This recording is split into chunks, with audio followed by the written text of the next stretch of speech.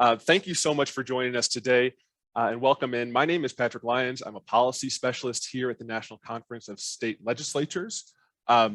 Today, we are very excited to bring you another installment in our series on the early learning workforce. If you're looking for more information on this series, on the overall project we're doing on the workforce, I would draw your attention to our page called Building a Stronger Early Learning Workforce. There you will find recordings of our past meetings, links to important reports. I believe it's being dropped in the chat right now, so please look for that. This meeting will also be recorded and posted on that page, so feel free to share that with your colleagues as it's posted, hopefully in the next week or so. Today, I'm also going to be joined by my colleagues Jennifer Palmer and Jorge Casares, and you will hear from them a little bit later today. Before we jump right into the meat of our conversation, the thing you're all here for, to hear from our wonderful providers from across the country, we've got to just do a little bit of meeting protocol, a little housekeeping. If you're at all comfortable, please join with your video and add your full name to your tile. If you're not quite sure how to do that, hover over the tile with your face in it. There'll be 3 dots that show up in the corner, and that will give you some functionality to change your name. Please be ready to contribute to the conversation. We've really brought these providers together for your benefit. We have certainly questions that we will be asking them, but please jump in and ask whatever is on your mind in your state, in your district, things like that. To do the questions, we're asking that you either raise your hand virtually. There is a function at the bottom of your screen in the Zoom to raise your hand, and we will make sure you get called on. Or please just type your question in the chat.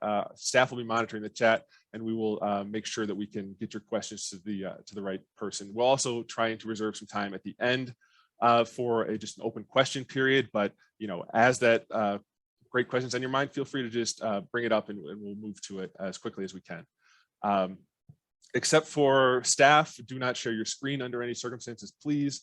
And as I mentioned before, this meeting is being recorded and will be posted online. Just want everyone to be aware of that. So today, as I mentioned, we are very excited to bring you a panel of early learning and care providers from across the country. We have Alex Chavone from the Friends Center for Children in Connecticut, Davina Bolden Woods from Genesis Child Development Center in North Carolina, Debbie Majors from Checkered Flag Childcare in Missouri, and Julio Alas from Early Education Department, the Denver Public Schools right here in Colorado. All of these people will be able to share a unique perspective on the work that they have done, and we are really excited to get to them. But first, I want to spend just a few minutes really quickly kind of setting the stage for why we're having this conversation. One thing that I want to bring to your attention is just this month, the Department of Treasury released a report on America's childcare system. One of the headlines from the Secretary of the Treasury in talking about this report was, she said, childcare is a textbook example of a broken market. What she's talking about there is the fact that families are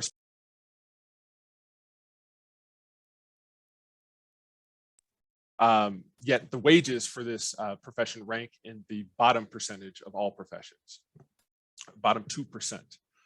What that means is median pay in the industry is about just $25,500 a year, below the poverty line for a family of 4. And because of this, it sometimes is difficult to staff. Even before the pandemic, you were seeing 26 to 40% of early childhood workforce leaving their job in any given year.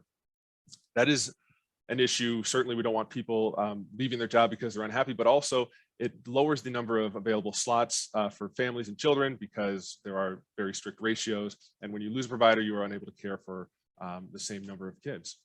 Now, the pandemic, pardon me here, I gotta stop my screen share and restart it to show you the next slide.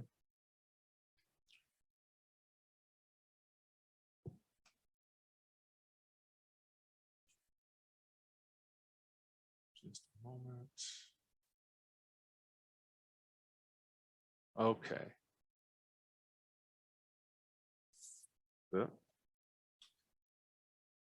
It's worth it, I swear.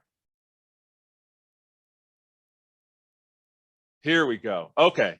We all know that even before the pandemic, things weren't necessarily great in the early learning and care space, but since the pandemic, things have gotten even worse. This is from that report that I mentioned that I believe has been dropped in the chat, so feel free to look at that at your leisure. But this shows that from the basic start of the pandemic to now, the ways in which a number of common sectors were disrupted and how they have recovered. You'll see from this graph that for childcare, it has only recovered to 87.9% of its pre-pandemic employment rates, which means we are still way under capacity for a system that was already under capacity for the needs in the country. So what that means is the childcare service industry is still down 126,700 workers, a more than 10% decline from the pre-pandemic levels. So we're here to talk to our providers today to understand a little bit more about what some of these challenges look like in their own work, how policy at the state level has impacted their work, and potentially some opportunities that they see to help kind of alleviate some of the challenges in the field and make sure that they can do the important work that they love doing, which is serving children and families. So I'm going to stop my screen share and we're going to start the conversation now. So as I said, I introduced our panelists earlier, so we're going to get a chance to meet them individually now. First, we're going to go to the first question that we're going to ask of all our panelists is just to ask them to introduce themselves. Tell us a little bit about how long they've been working in early childhood, what their current role is, and then a little bit about the families they serve in their community and how COVID has changed the day-to-day work with children and families. I know that's a multi-part question, so I'll help remind folks if there's pieces you missed there. But with that, I'd love to start with Alex. Could you please kick us off? Great. I don't want to tell you how long I'm in the field because that'll give you an indication of how old I am.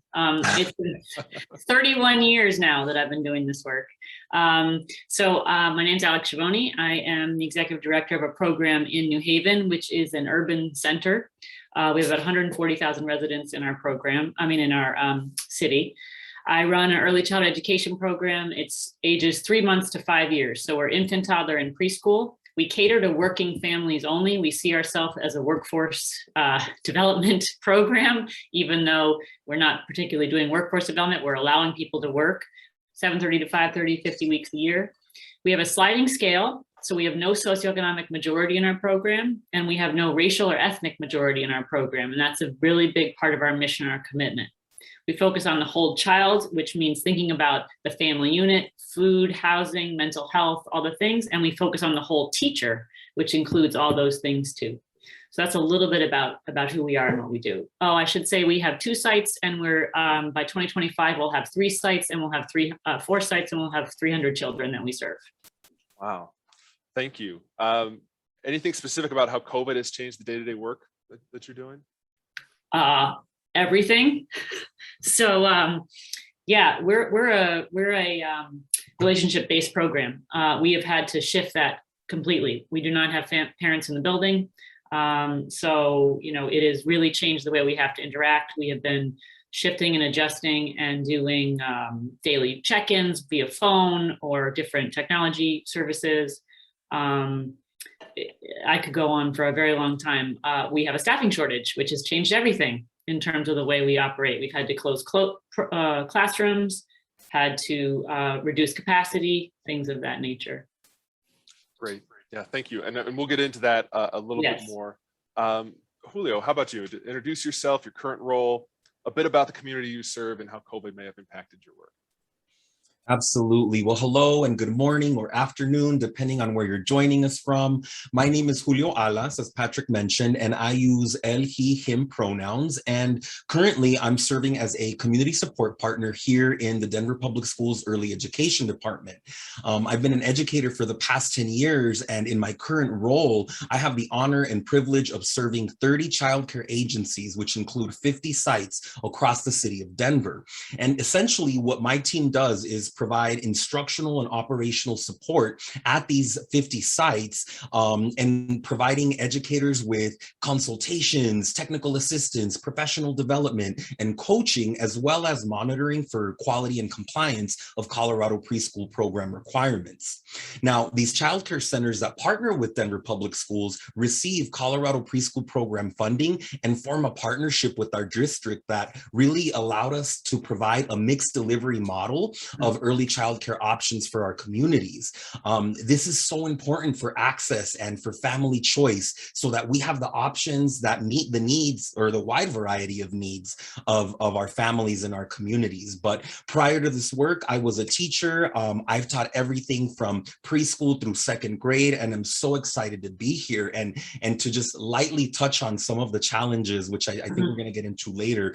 You know, Alex already mentioned many of them, and Patrick really prefaced this with a shortage of workforce in a variety of aspects for us in district, not just teachers, but also transportation, nurses, food, and really probably the biggest thing that I want to talk to you about this morning and afternoon is staying connected, right? Our work, the nature of what we do is all about relationships. So I'm excited to talk to you how we made this shift of not being in person to trying to connect with folks virtually and remotely, and really becoming masters of video chat and connecting with folks that way. Great, thank you, Julio. Debbie, how about you? Introduce yourself, a little bit about the work you do and the families you serve. Okay, I have been doing home child daycare for 23 years. Okay, I'm like freezing up now. I serve 10, I'm licensed for 10 families, children. So I could 10 families or, less. Oh my gosh, I have all this stuff wrote down. It's like we have a shortage of childcare programs big time, and I think everywhere you go, there's a shortage of childcare programs, and we struggle to help families out and take care of their children so they can go to work. We have families that can't go, have enough programs for them. But I mean, I started out 23 years ago as what I call a babysitter. And then I had a family that needed a registered provider because their employer paid for their childcare for this registered. And so I become registered, and that led to getting subsidy children, which led to me being having access to programs that are coming here. And I ended up getting the early childhood degree. And I felt like I worked my way up from a babysitter to a child educator.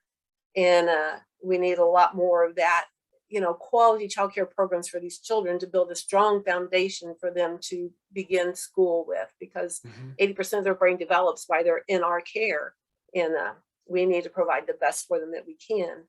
I think we need more programs to help out people that are babysitters, which I will probably get into more of this later, because if I didn't become registered, I wouldn't have had access to all this stuff that I had access to. And I didn't know anything about it. So there needs to be something out there to help out people that are just watching children. I have a feeling there's a lot more children just with babysitters or grandparents than in childcare programs. Yeah, thank you, Debbie. We'll stick with you, and then we'll go back through the group. Just if you were to pinpoint, what is the biggest challenge you're facing right now in your work? The biggest challenge is a lot of it, like I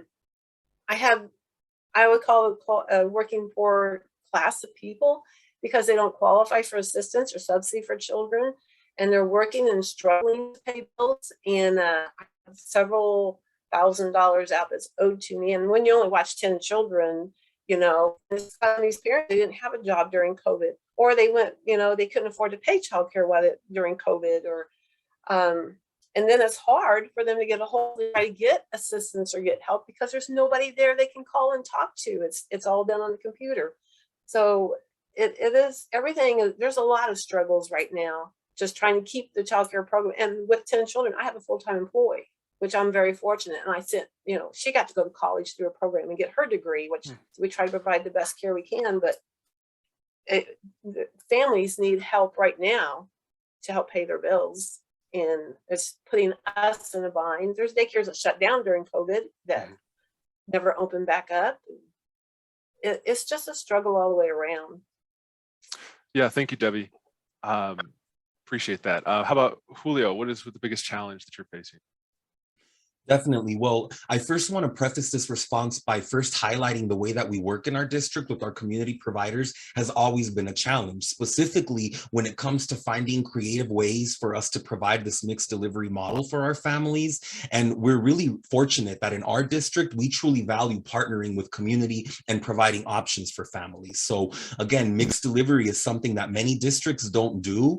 And within that, we've always been striving to have more connectivity, more alignment between our community childcare centers and our district-run preschool programs. And as soon as our team was formed and we were starting to build relationships with our providers, COVID hit.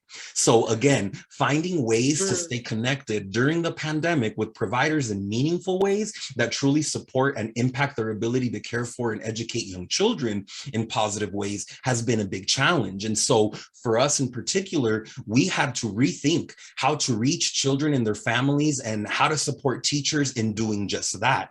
And so we had to think about what is just connecting with children and doing virtual read alouds look like. So then that turned into us creating virtual PDs, things like that, providing them with ideas of what remote learning and remote learning experiences can look like for children at this young age. So again, we had to shift quickly to rethink about what our work would look like virtually. And we've now become, again, masters at that video chat, and we found innovative ways to connect.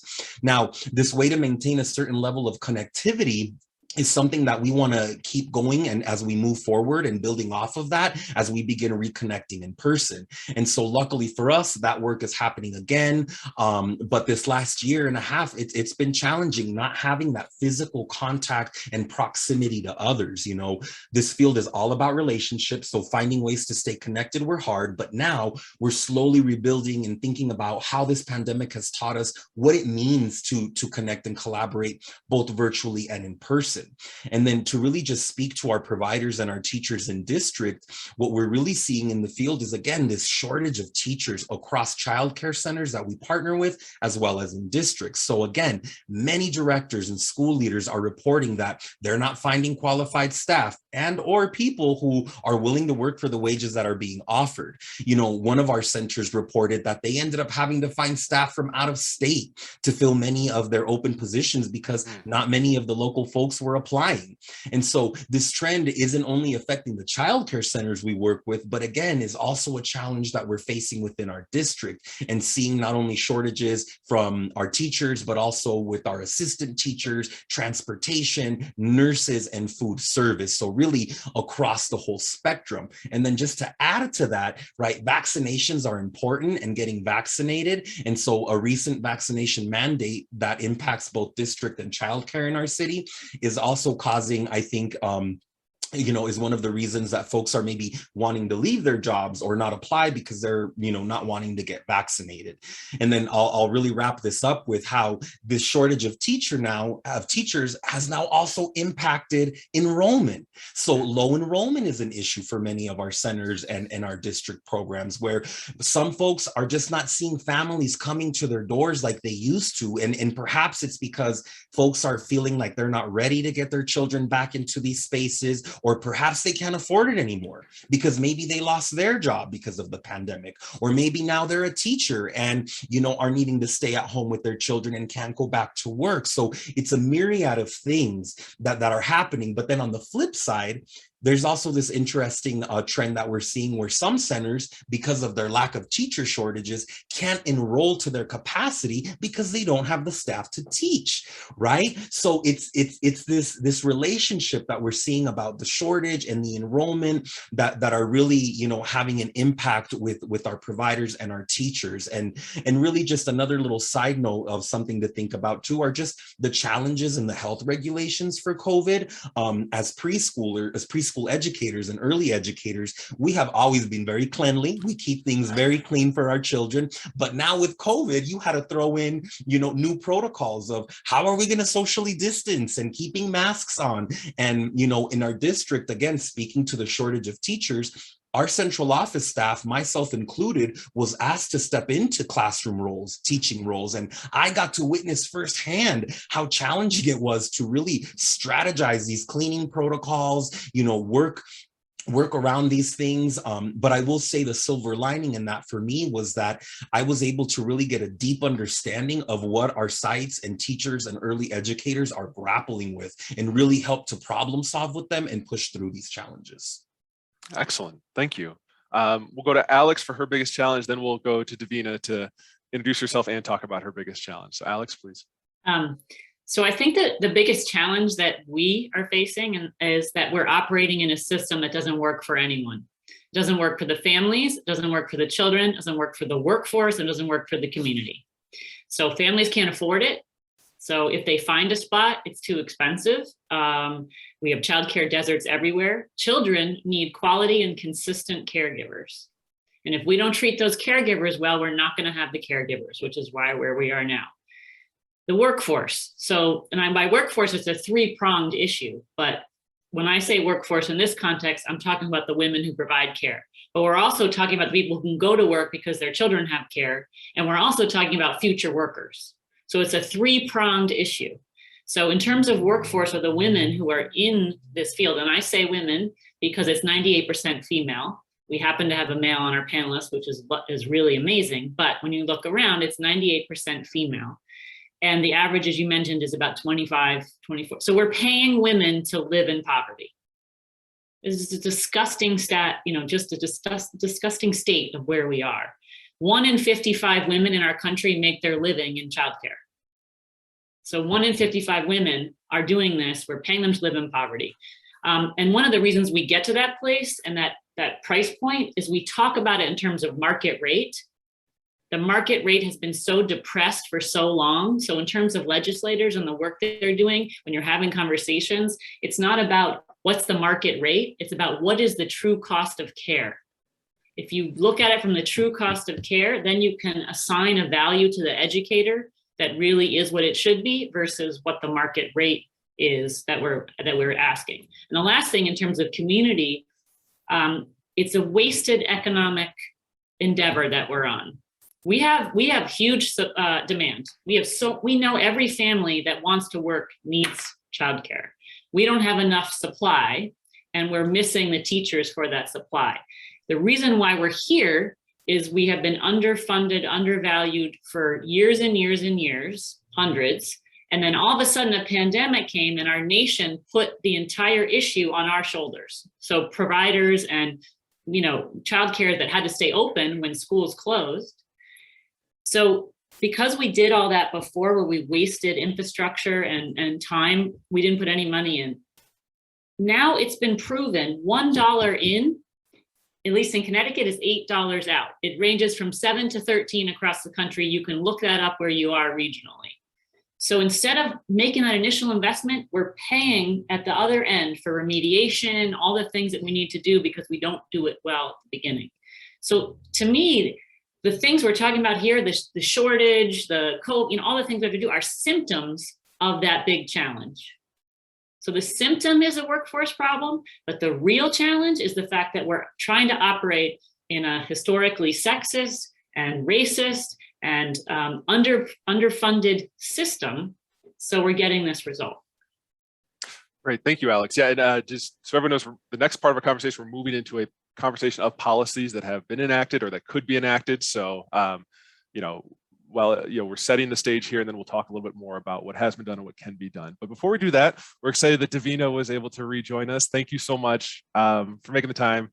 Davina, our first question is just to have you introduce yourself to the group, talk a little bit about your role in the families you serve, and potentially how COVID has kind of changed your work.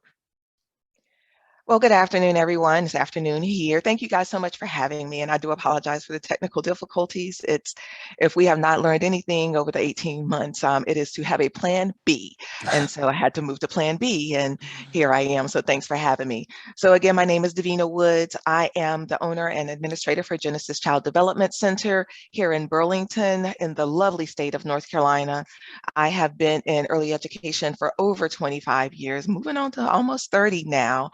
And I have had the distinct pleasure of serving in multiple roles just within this profession. So I have moved from van driver to cook to infant toddler teacher to director, family child care home provider, and now a owner. So yep, have the perspective of many. And I think that gives me the opportunity to really see things from a different perspective and to have seen things over the course of the babies in the background over the course of these decades. So what I would say is my greatest challenge right now is staffing. So staffing is our greatest challenge. It is finding qualified and educated staff to indeed fill our classrooms. Of course, over the course of the pandemic, we absolutely suffered from low enrollment, as Julio had mentioned. We did. Many of our parents pulled their children from programs for various reasons, whether it was because of health and safety concerns, whether it was because of finances. However, what I will say is now the tides are turning and parents are indeed either returning to work or attempting to return to work. And our childcare facilities are not staffed to support those families that are returning to work. I know that here for our public school system, the very first week our teachers returned to work, I did not get calls from teachers. I got calls from administrators. I got calls from the administrative office asking me if I could take parents,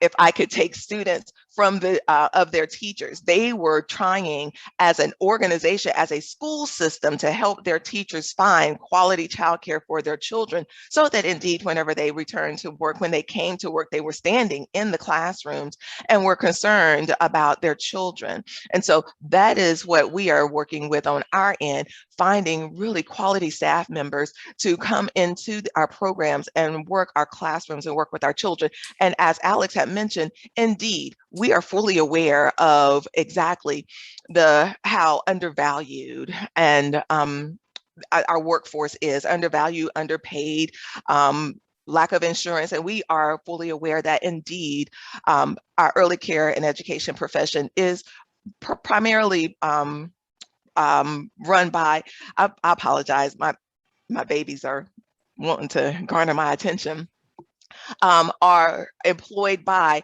not only women, but Black and brown women. And these Black and brown women that indeed the pandemic are disproportionately affecting. And so you have a catch-22 where indeed in the pandemic, a spotlight was cast on early care and education. For once, the world was able to see the significance of the work that we do. We always knew that we were essential before anyone deemed us essential. We knew that the work that we were doing was indeed important and fundamental. On the flip side of that, guess what? The world got to see exactly what we do and how much we get paid and how unappreciated we are. And because of that, we have very few that are passionate and willing and jumping at the opportunity to come and work in this field. And so I had said in a conversation with someone else that I had, that before the pandemic, my issue was getting educators to understand that early education was not a stepping stone into the public school system. Because indeed, I would get educators that would be dynamic in an infant, toddler, and preschool environment. However, once they gained their education, they would move on to the public school system. Now, here in the midst of a pandemic, they circumvent us altogether. We are no longer a stepping stone. We are not even an option. And so that is what I'm finding is our biggest concern at this point. Excellent. Yeah, thank you so much, Davina. And please don't feel the need to apologize for the ambient noise. I think we all appreciate it. And I think it even speaks to just the conditions. There's no off time. You're always there, and the kids are always there with you. So we appreciate you all making the time for us and understand that if you need to step away, we are all in support of that. But with that said, I am ready to pass the baton over to my colleague, Jenny Palmer. We're going to get into that conversation about policy, dig into some of the nuts and bolts, some of the money and funding that might be available to do some of this work. So you'll all see me a little bit later, but Jenny, take it away. Thanks, Patrick. Thank you all so much for being here. It's so great to share the virtual stage with you all. I hear you, Alex, in that, and all of you really, the challenges are immense. And we know that it's years, decades of underfunding, and these issues have been around for a long time. But right now you've got a captive audience. You've got a room full of state lawmakers from around the country who want to know from you what policies have been impactful, have made a difference in your role as a center owner, director, a family home provider, Julio, within the school district and and centers. Lawmakers are going to be heading into session in a few months where they're continuing to grapple with all this federal relief funds. We want to help them understand what are some impactful ways that they could put that money to use and make the most difference for the early childhood educators in their state and district, the families, and of course, ultimately the children. So we touched on a few things. Higher ed, Davina, you mentioned sort of the double-edged sword that really can be. I know I want to start with you, Davina, and Debbie is also a recipient of the Teach Scholarship, which is in several states across the country, and then other states have their own versions of state-funded scholarships for early childhood educators. And I'm curious, Davina, if you want to speak to sort of how that has impacted you personally, and then maybe also the teachers that work within your center. Now, I cannot say enough about Teach. I am indeed a product of what can be accomplished with programs such as Teach. I have obtained every single one of my degrees utilizing a Teach scholarship. Know that when I began my career in early education 27 years ago, I had a high school diploma. And I walked into an early education center and got my first job as a school age group leader. I drove the van and I worked with my big babies, as I called them. And it is via Teach that I was able to first achieve my associate's degree, which of course Teach partners with our community colleges here across the nation, but here, of course, in the state of North Carolina. And then Teach plants a seed in you that indeed it can't be uprooted. And so I went on to achieve my bachelor's degree in child development and family studies. And just last May, the pandemic makes all the dates run together. I received my master's in leadership and program administration. Thank you. Via Teach. And so indeed, I have moved from a school age group leader with no education, with a high school diploma, I should say, to a owner of multiple childcare facilities with a master's degree. And all of that has been accomplished through Teach. Now, what I will say is that it only takes one person in a program to feel the love of Teach. And then that love becomes contagious, because that's what I did for me and mine. Me and my ladies, once they saw me and they saw the passion and the quality of information and research that I was obtaining from going into a classroom myself and being able to take this information and apply it directly to our program, they caught the bug as well. And so I have been blessed to be a mentor and a kind of a catalyst to get my other teachers on that same kind of path.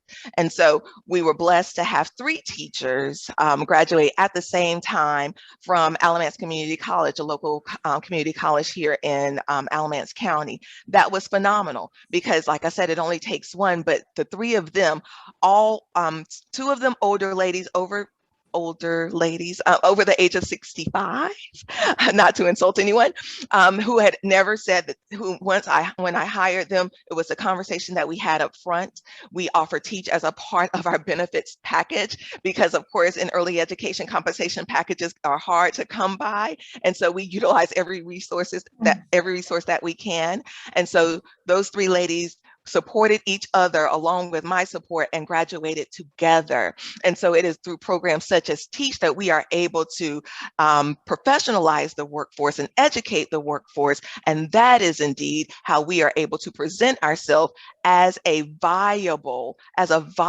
profession that others can indeed consider as they are looking for the professions that they want to utilize and pour their passions into. Yeah, I appreciate that. I'm gonna give Debbie a chance to answer as well. I know you were a recipient, and as was your assistant teacher, Debbie. Tell us a little bit about how going on to obtain those degrees affected the work that you do with the children in your home. Definitely made a difference. When I first, out of 23 years, I've only had a full-time employee the last 6, so I was doing it by myself. And I had the opportunity to go and get my degree. And it really, like I said, I started as a babysitter. Now I feel like I'm an early childhood educator. I have a much more knowledge. I'm building a really strong foundation for these children that I watch. And even children at my church or in my community, any child that I come in contact with.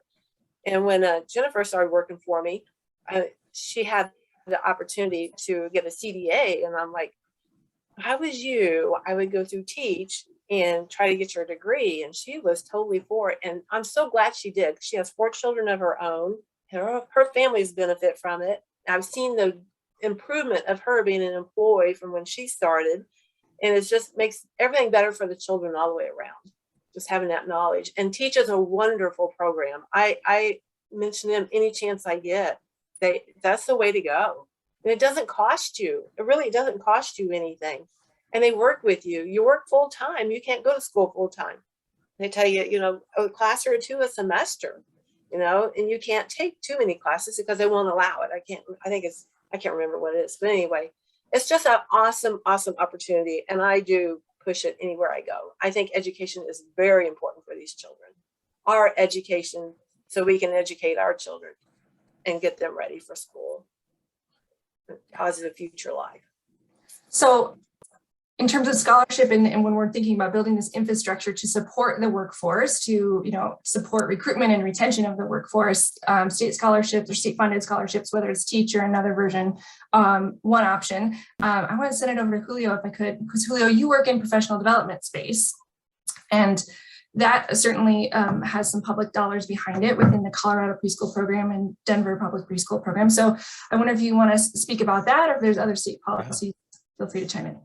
No, absolutely. I just want to piggyback off of what Debbie and Ms. Davina were saying regarding the Teach scholarship. I mean, programs like this really offer our educators so many opportunities to continue growing as professionals, which sometimes can help them even increase their wages by having acquired this additional education. Not to say that beautiful story that Davina talks about of just being inspired to continue on and bring others with you, right? Through just this funding that is available. And so I want to echo that and say that this is extremely important, and there should be more of that.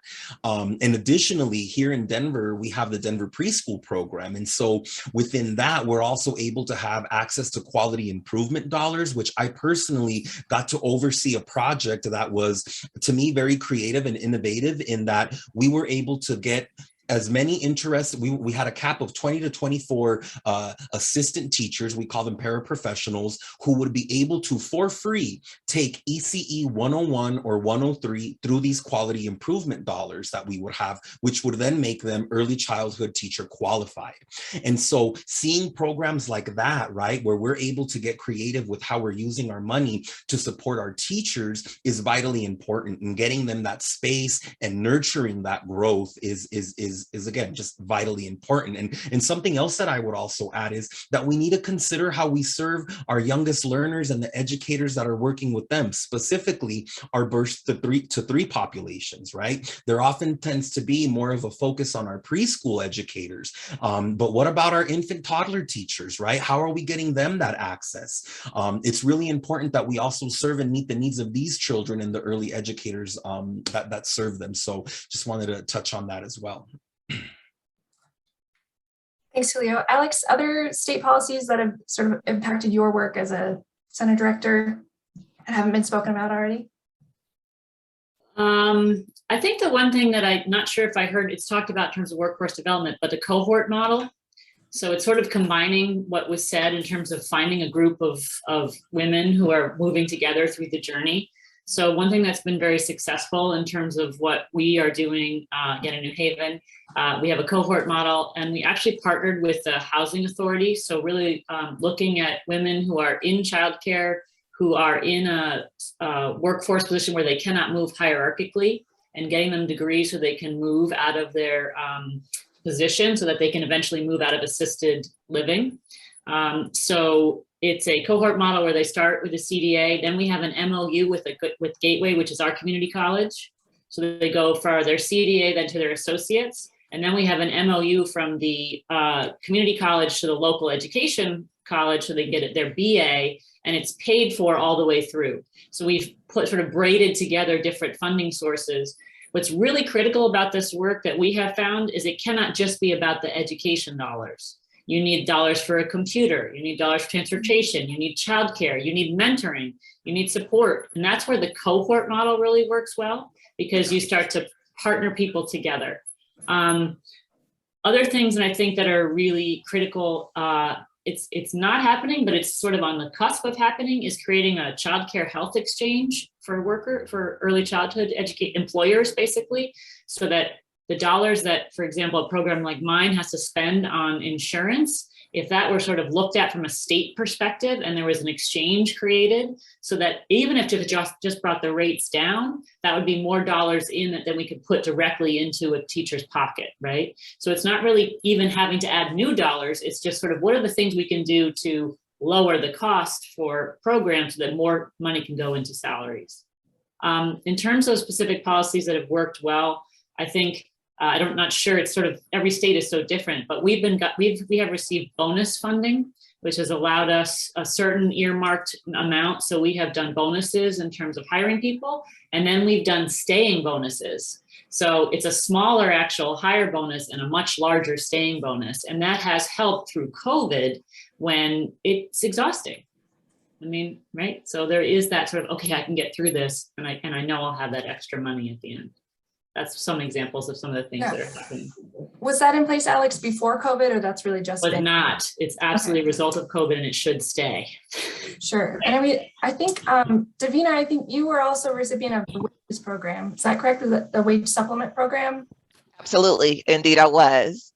And can you speak about that? Yeah. And indeed, wait, can you guys hear me? Mm-hmm. Awesome. Okay, so yes, I was indeed a recipient of the wages program. Wages is wages saved me many times, because most people, when they think of salary supplements, they think that for whatever reason, our early practitioners are about to take that money and go on vacation. No, they're about to take that money and pay the light bill. They're about to take that money and pay the rent or buy groceries. And that is indeed what wages did for me. As I said, I began my career with a high school diploma. But indeed, once I received my associate's degree, I was still making very minimum wage. And so indeed, not only did I qualify for wages, but I needed it to not, and even with wages, it did not make the ends meet. And so as Alex was saying, we indeed want programs or such as wages that can be sustainable. We need wages across all 100 counties in the state of North Carolina. Unfortunately, we have not arrived at that yet. As was mentioned, we did receive bonuses from the state for early childhood teachers over the course of the pandemic. And programs received operational grants, and we are in the process of getting on the cusp of stabilization grants. However, I want money and funding that can go directly into the pockets of my practitioners, of my providers, of those that are in the trenches and that are doing the work. And what I would say I'm most excited about is a salary scale that's being considered across the state to be presented to early care and education programs that is commensurate with that of public school systems. If we can get not only that salary scale, but the funding to support it, then indeed, I do believe we're on the right path to stabilizing and building a stronger foundation and infrastructure for our profession. Yeah, thank you so much for bringing up those examples, Davina.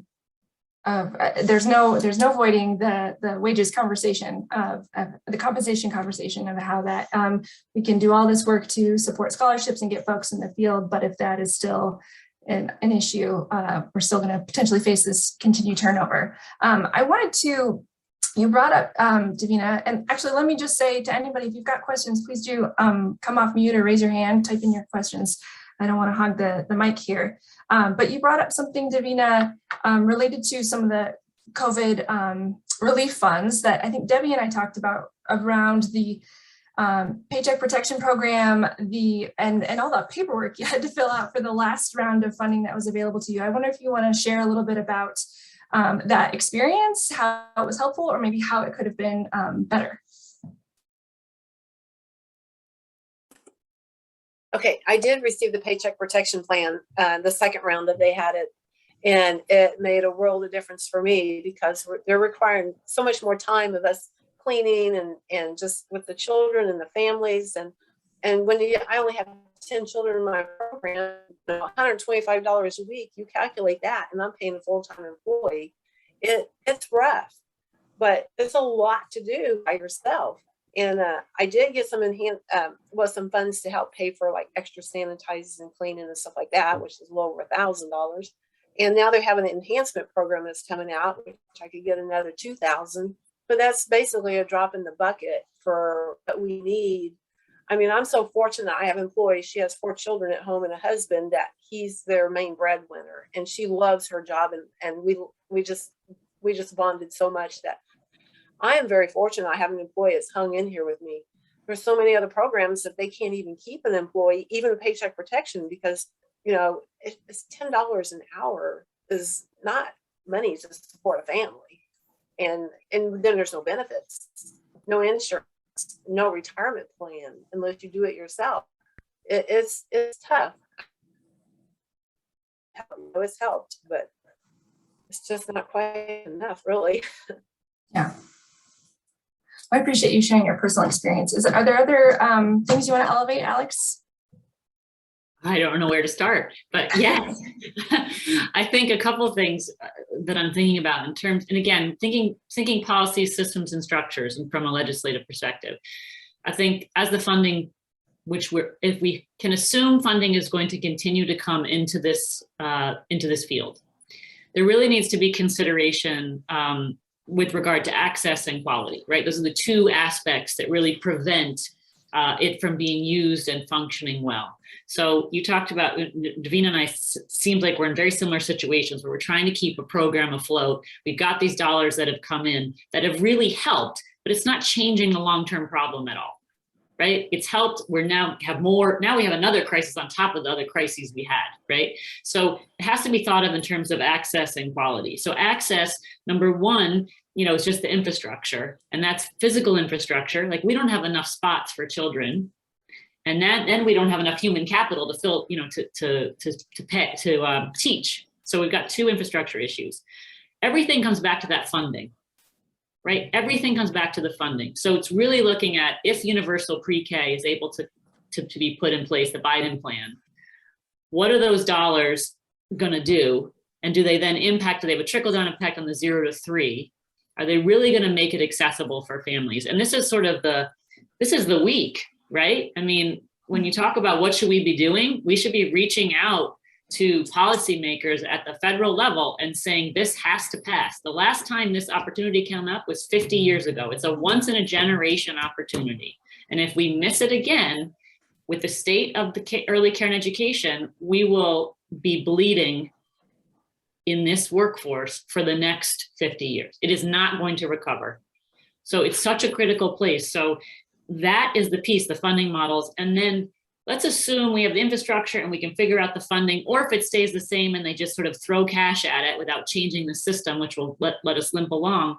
There also has to be a way for families to easily access the spaces. So access for families is missing.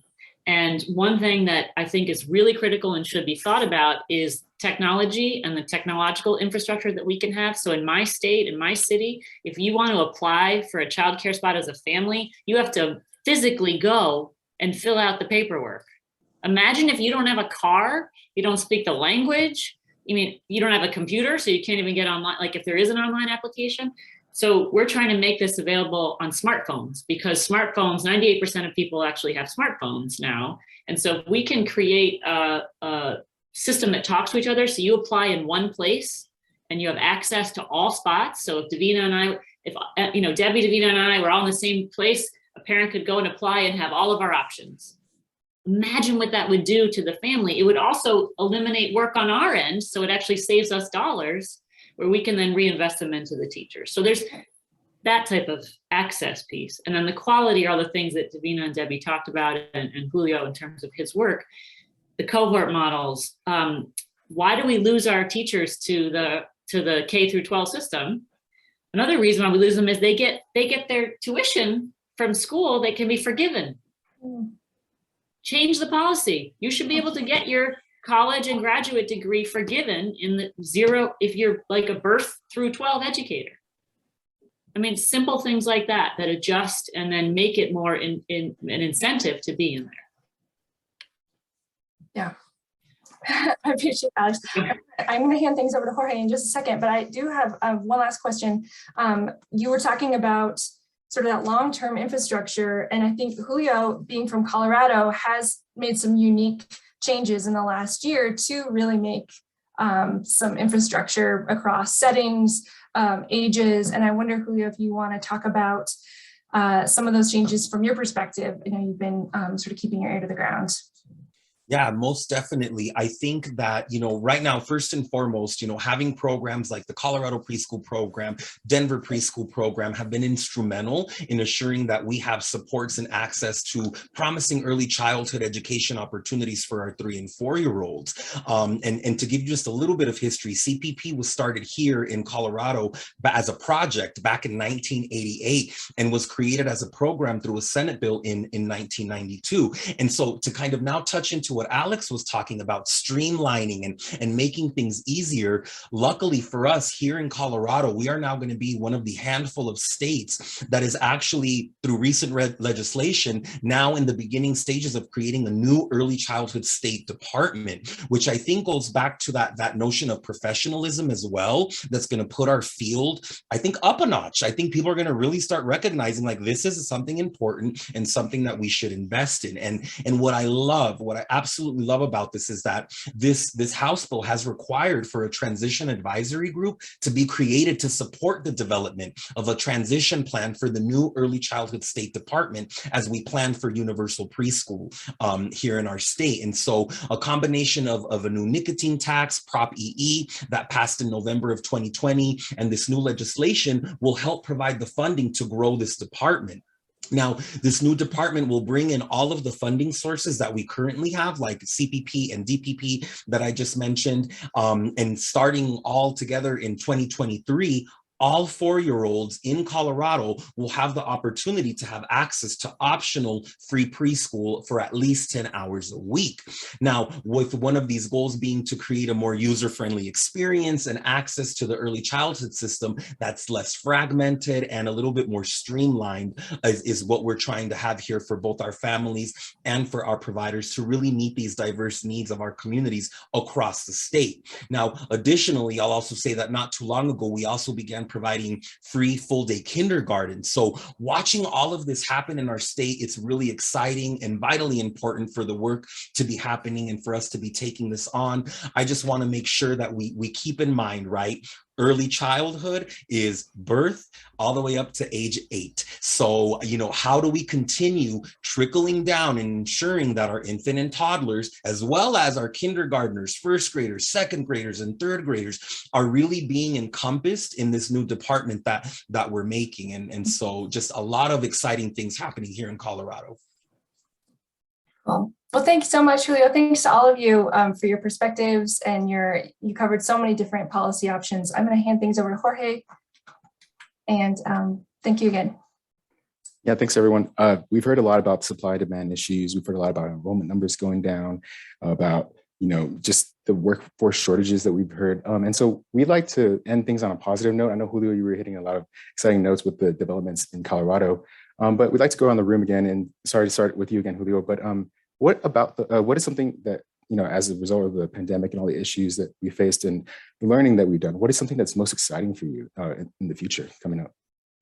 Most definitely. I think that now we've just gotten word from the Colorado Office of Early Childhood that more stimulus funding is going to be coming for our early education field in terms of getting back to stabilizing, getting us to those numbers that you all talked about earlier in the beginning of our talk. And so it's exciting to see how the American Rescue Plan funds are going to be used. I believe it's a total of $221.7 million that are really going to be going to address a wide variety of things that we've all talked about, like improving our workforce, getting folks to be compensated more fairly, helping them get access to higher education, helping families have access to promising early childhood experiences for their children in their communities. And so I'm excited to see that happening. Also, on a side note, I would also say that I think COVID and this pandemic has really shown us that it's important to stay connected to our families as providers. And something really interesting that we were hearing throughout our childcare centers and our schools is that teachers were feeling more connected to families now during the pandemic than before because they were having more touch points. They were now getting access to their homes through video chat. And I think that these are practices that we shouldn't lose sight of, right? That we shouldn't lose sight of, that we should continue ensuring that those connections are still happening with our families. And then also just how are we getting our early educators to have a voice and really having a seat at the table? And so again, I'm going to bring it back to the State Department. It's really exciting to see that that through this legislation, the Early Childhood Leadership Commission here in Colorado has been appointed to create this transition advisory group that is overseeing the planning and the transition to the new State Department and the implementation of preschool. And what I love about this opportunity is that early educators and families, really all stakeholders, are provided with opportunities to have a voice in this matter. And so the Transition Advisory Group is making sure that all of our communities across the state are heard by reaching out to, again, all of these stakeholders, encouraging them to take part in various committees and subgroups and sharing their thoughts and opinions in monthly town halls. So again, it's just amazing to see all of these voices of people invested in our field getting this opportunity to impact a system at a state level. So I hope that we continue to have those voices as we, move across and into the future. That's what we're trying to do here, amplifying the voices of those who provide. Davina, would you like to add anything? I think I would just echo what Julio has already said. That is what I am most excited about. I am excited that not only are early educators getting an opportunity to have seats at tables that previously they may not have had an opportunity to, they are realizing that their voice matters, that indeed is not necessarily a top-down type of profession, that indeed it can be a bottom-up. Things can happen from a grassroots effort if indeed they collectively utilize their voice to indeed use that energy to allow their legislators and those policymakers to hear exactly what their concerns are, to hear exactly what it is that they need in what we deem it the trenches, but we love it down here. But that is what I'm most excited about.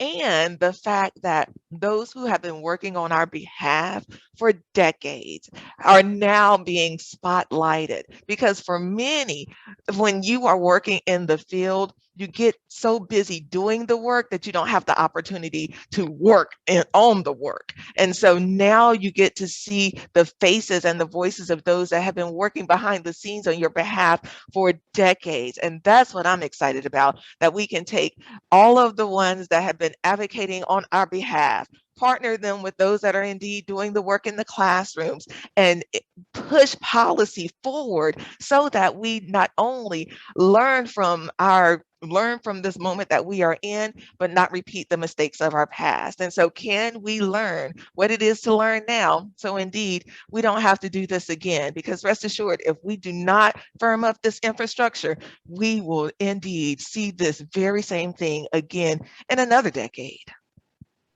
Thank you for that. I know we're running close to time, but I'd like to have a few final words from Debbie and Alex. Debbie, if you have anything to add? We need more help. I feel like helping some of the people get that are just not licensed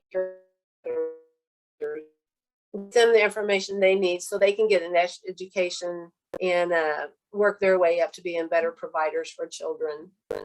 That's because I'm in a rural area here, and just like internet, I hope mine's working fine. We don't have, good high-speed internet out here, and I'm lucky I'm able to get this done today. We have good weather, but we need to work from our bottom all the way up to the top for some of these people and the children. I like the framing, Jorge, of the question in terms of positive, because as early care and education, I would say advocates and lifelong people in the field, we're optimists. We have to be, or we wouldn't be here. So all of it is seen as a positive. I think for me, the most critical piece has been that we have been forced out of the box. We meaning us, but also we meaning the society, we meaning you, we meaning a nation. We're forced out of that box of thinking that what was happening was okay. So to me, the exciting initiatives that come out of that are the one we didn't even talk about. We have a housing initiative happening. So thinking about how do you support your teachers? We're offering free housing in some cases and working with HUD to really think of an earmarked voucher program for early care and education teachers, which in effect raises salaries without having to find the dollars through the program to increase salaries. So that's been very successful for us. We have the Early Childhood Resource Network, which is what we talked about in terms of the technology support to bring things together. We have, I would say, a draft of a plan for adjusting the funding models, which we're excited about. It's not quite ready for public consumption, but really been thinking about that. And then, as I mentioned, the pipeline for the quality issues, professional learning communities and degree granting and those type of things. So all that would not have happened if we weren't forced to this crisis point, because status quo was sort of where we were. And I will end with sort of this piece that I ask of everyone, and especially state legislators or people who have positions at the table, is to bring those of us who normally do not. Bring us to the table, allow us that opportunity to share our lived experience, because it's always a more informed outcome when you have those kind of voices collectively. Agreed. Thank you. I'm going to go ahead and hand it off to Patrick to close out the meeting, but thank you so much for your comments, everyone. Yeah, great. Thank you, everyone. And Alex, I think you put a great point on the end of this meeting. So I'm not going to take a lot of your time. I just want to, first off, thank our providers for taking time out of their very busy days to meet with us and speak to all of you. I mean, for them, their day is just going to continue on after this. And as Davina said, back to the trenches. So we wish them all the best of luck with that. I want to thank everyone who attended this meeting.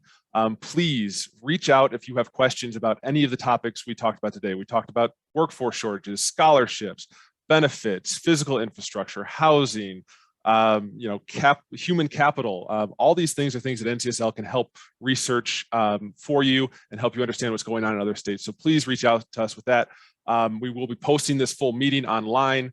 We will also be posting some resources related to this conversation. I'll put an article about the housing program that Alex mentioned there at the end, so you can see what that is all about. I think it's really interesting work. But thank you for attending this meeting. Please look out for future meetings from us. And if you have any questions for our providers or for NCSL, please let us know. But I hope everyone has a great day, and we'll see you on the next one.